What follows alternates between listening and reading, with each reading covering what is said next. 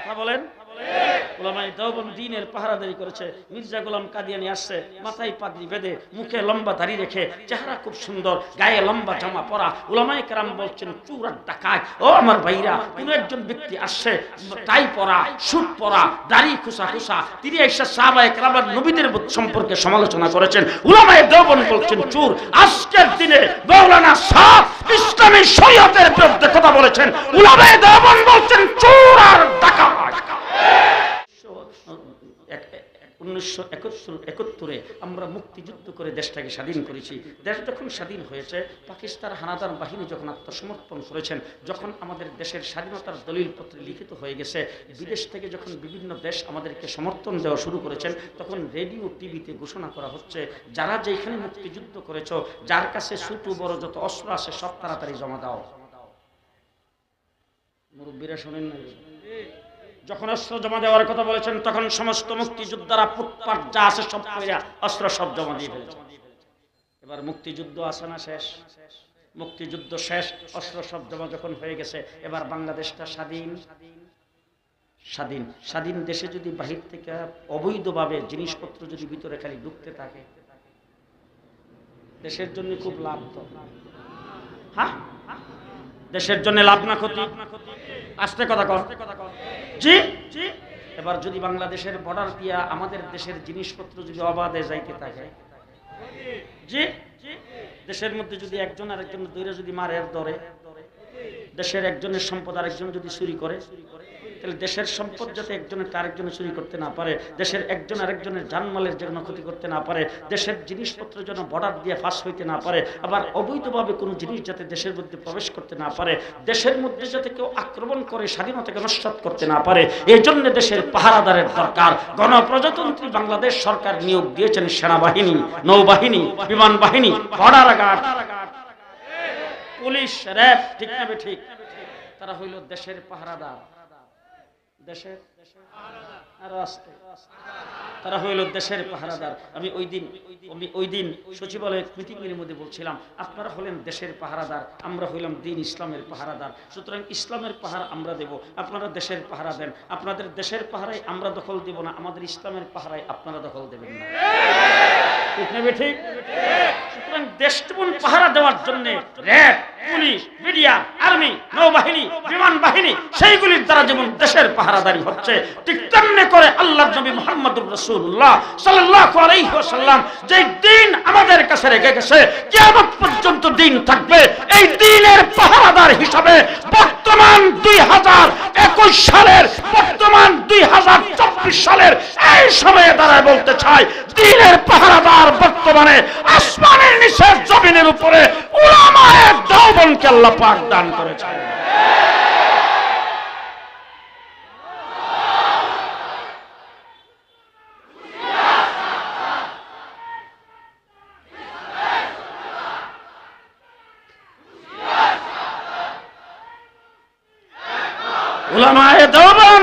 উলামায়ে দেওবন্দ দ্বীন ইসলামের পাহারাদার।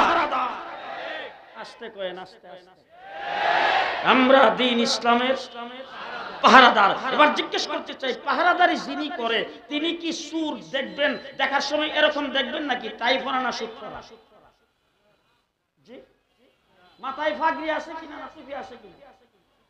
কথা বলেন।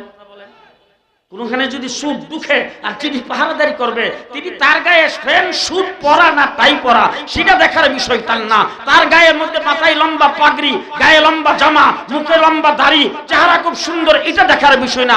দেখার বিষয় হলো সুর কিনা। কথা বলেন।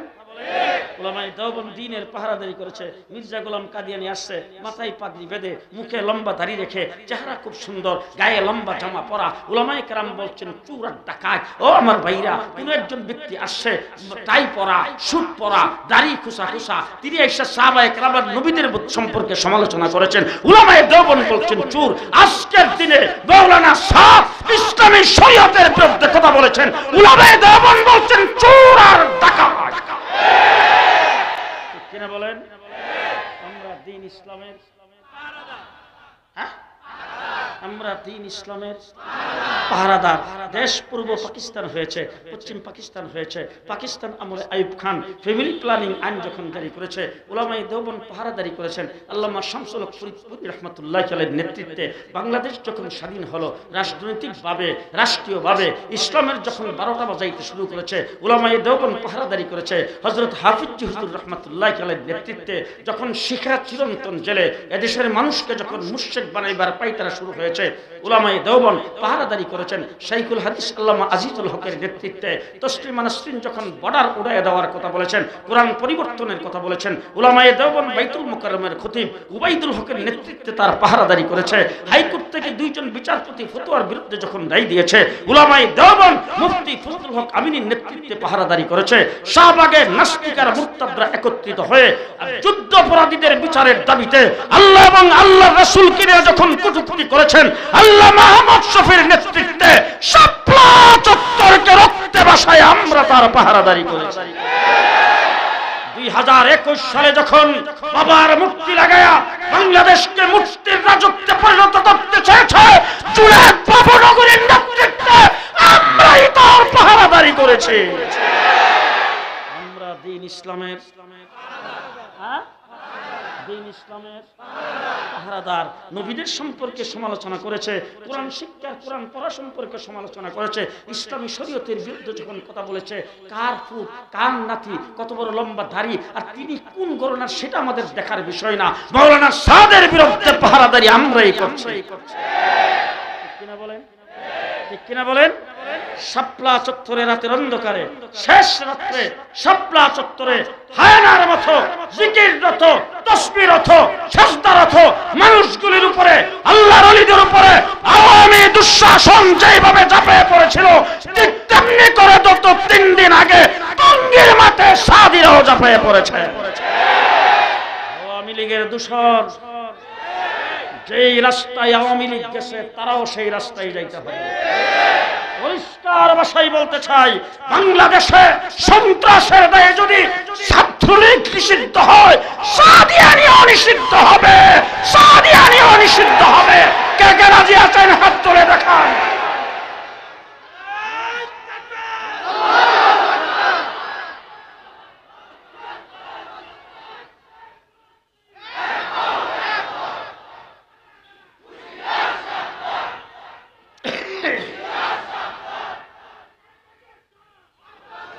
মুসলমান, শেষ কথা আপনাদের সামনে বলতে চাই, আমাদের দেশটার নাম বাংলাদেশ। দেশকে আমরা ভালোবাসি কিনা? জি, তোমরা যারা দেশকে ভালোবাসার স্লোগান দিয়েছো, দেখা গেছে বাইজ্ঞা যাওয়ার সময় তোমাদের ব্যাগের ভিতরে 70 লাখ। দেশকে ভালোবাসার স্লোগান দিয়েছো দেশের সম্পদ লুণ্ঠন করার জন্য। তোমরা দেশের দেশপ্রেমিকের স্লোগান দিয়েছো বেগম পাড়ায় বাড়ি করার জন্য। তোমরা দেশকে লুণ্ঠন করে খাওয়ার জন্য দেশের ভালোবাসা দেখাইছো। আমরা দেশকে ভালোবাসি হুব্বুল ওয়াতানি মিনাল ঈমান হিসাবে। সুতরাং দেশটা স্বাধীন মুসলমান হওয়ার কারণে। আস্তে আস্তে দেশটা স্বাধীন কিসের বিনিময়ে? বিশ্বাস যদি না হয় সংক্ষেপে বলতে চাই, 1947 সনে আমরা ছিলাম পূর্ব পাকিস্তান। কি ছিলাম? এবার বলেন তো দেখি, কলিকাতার ভাষা কি? তারা বাঙালি না? কলিকাতার মানুষও বাঙালি, আমরাও বাঙালি। কলিকাতার ভাষাও বাংলা, আমরাও বাংলা। তাহলে কলিকাতা হিন্দুস্তানের অংশ হইল, আমরা পাকিস্তানের অংশ হইলাম। কি কারণ?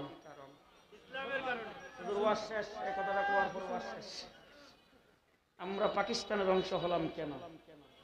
তারা হিন্দুস্তানের অংশ হলো, আমরা কেন পাকিস্তানের অংশ হলাম? আমরা মেজরিটি মুসলমান, মুসলিম অধ্যুষিত হওয়ার কারণে আমরা পাকিস্তানের অংশ ছিলাম। এবার জিজ্ঞেস করতে চাই, পশ্চিম পাকিস্তানিরা যখন আমাদের উপর দুর্ব্যবহার করেছে, আমাদের সম্পদকে লুণ্ঠন করেছে, আমাদের অধিকারের মধ্যে হস্তক্ষেপ করেছে, তখন 7.5 কোটি বাঙালি অস্ত্র ধরে পশ্চিম পাকিস্তানিদের বিরুদ্ধে যুদ্ধ করে 9 মাসে স্বাধীনতা অর্জন করেছে। মিস্টার মোদি সাহেব, বিজয় দিবসে আপনি বক্তব্য দিয়েছেন, দেশটা আপনাদের জন্য, আপনারা স্বাধীন করেছেন, আপনাদের বিজয়। পরিষ্কার ভাষায় বলতে চাই, আপনারা 71-এ আমাদেরকে সহযোগিতা করেছেন। আমরা 54 বছর পর্যন্ত আপনাদেরকে ধন্যবাদের উপরে ধন্যবাদ জানিয়ে আসতেছি, আরও ধন্যবাদ সামনে জানাবো। তবে এই কথাটা আমাদেরকে স্মরণ করে দিয়েন না। বেশি বাড়াবাড়ি যদি করেন তাইলে সেই কথাটা বলতেও দ্বিধাবোধ করব না। স্বাধীন করেছেন ঠিকই, কিন্তু পাকিস্তানিরা আমাদের দেশে যুদ্ধ করার জন্য যে সম্পদ নিয়ে আসছিল সব লুটপাট করে আপনারা নিয়ে গেছেন।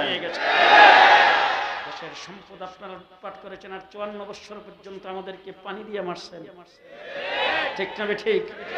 আমাদেরকে বাড়াবাড়ি কম করেন না। আমাদের দেশের দিকে সবসময় লাল চক্ষু দিয়ে তাকাইছেন, দেশের 12টা বাজাইছেন। গত 17 বছর পর্যন্ত শেখ হাসিনার নাস্তিকতাবাদ আর ধর্মনিরপেক্ষতাবাদের সরকারকে দিনের বুট রাতে আপনারা করায় তাদেরকে ক্ষমতায় রেখেছেন। সুতরাং মিস্টার মোদি সাহেব, বাংলাদেশকে নিয়ে বাড়াবাড়ি করবেন না।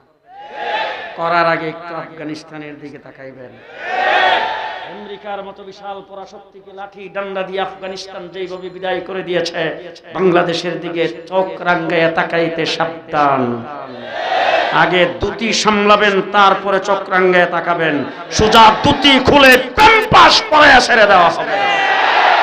আমাদের বাংলাদেশ, আমরা সবাই মুসলমান। আমরা আস্তে করে নাচতে মানুষের সঙ্গে সরব। আমরা সবাই মুসলমান। সুতরাং মুসলমান হিসেবে দেশটা স্বাধীন।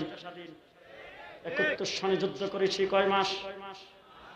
জি 9 মাস। এবার হযরত মাওলানা হারুন সাহেব যেহেতু আইছে, আমার এখন কথা বলতে সুবিধা। হ্যাঁ, উনি কথাটা সমর্থন করলেই হয়। উনি আসছে হিসেবে আমার কথা বলতে সুবিধা। সুবিধাটা কি হয়েছে বলেন? আমরা কয় মাসে স্বাধীন? 9 মাসে স্বাধীন। এবার আমি আপনাদেরকে একটু তাকাইতে বলবো, কাশ্মীরের দিকে একটু তাকান তো। কাশ্মীর যুদ্ধ করতেছে, স্বাধীনতা আন্দোলন 70 বছর স্বাধীন হয়েছে তো? জি। আসাম যুদ্ধ করতেছে 40 বছর, স্বাধীন হয়েছে তো? জি। সংক্ষেপে আপনাদের সামনে বলতে চাই, আমরা যদি মুসলমান হিসাবে 1947 সনে পাকিস্তানের অংশ না হতাম, 70 বছর লড়াই করে স্বাধীনতা অর্জন করতে পারতাম না। 71-এ মুক্তিযুদ্ধ করে স্বাধীন করেছি 9 মাসে। কিসের বিনিময়ে? কিসের বিনিময়ে? মুসলমানের বিনিময়ে। এবার 71-এ দেশ স্বাধীন হওয়ার পরে সর্বপ্রথম দেখলাম সোনার বাংলা। আপনারা যারা এখানে আসেন, জানি না আমার মতো এরকম বয়স্ক কারা আছেন, একজনে বমি করছে, আরেকজনে খাইছে, আমি দেখছি।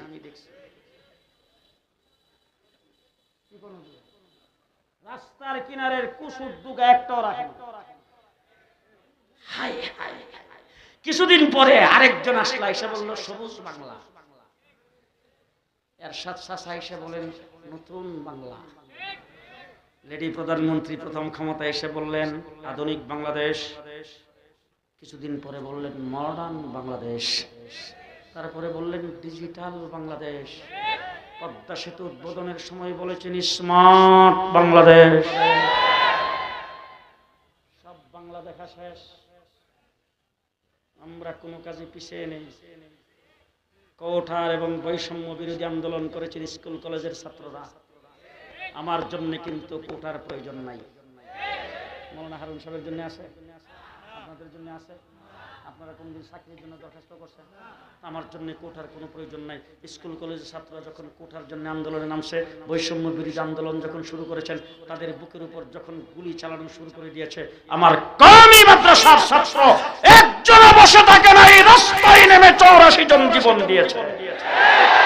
সুতরাং জুলাই আগস্টের আন্দোলনে 17 বছরের জালেমদেরকে আমরা এই দেশ থেকে বিতাড়িত করেছি।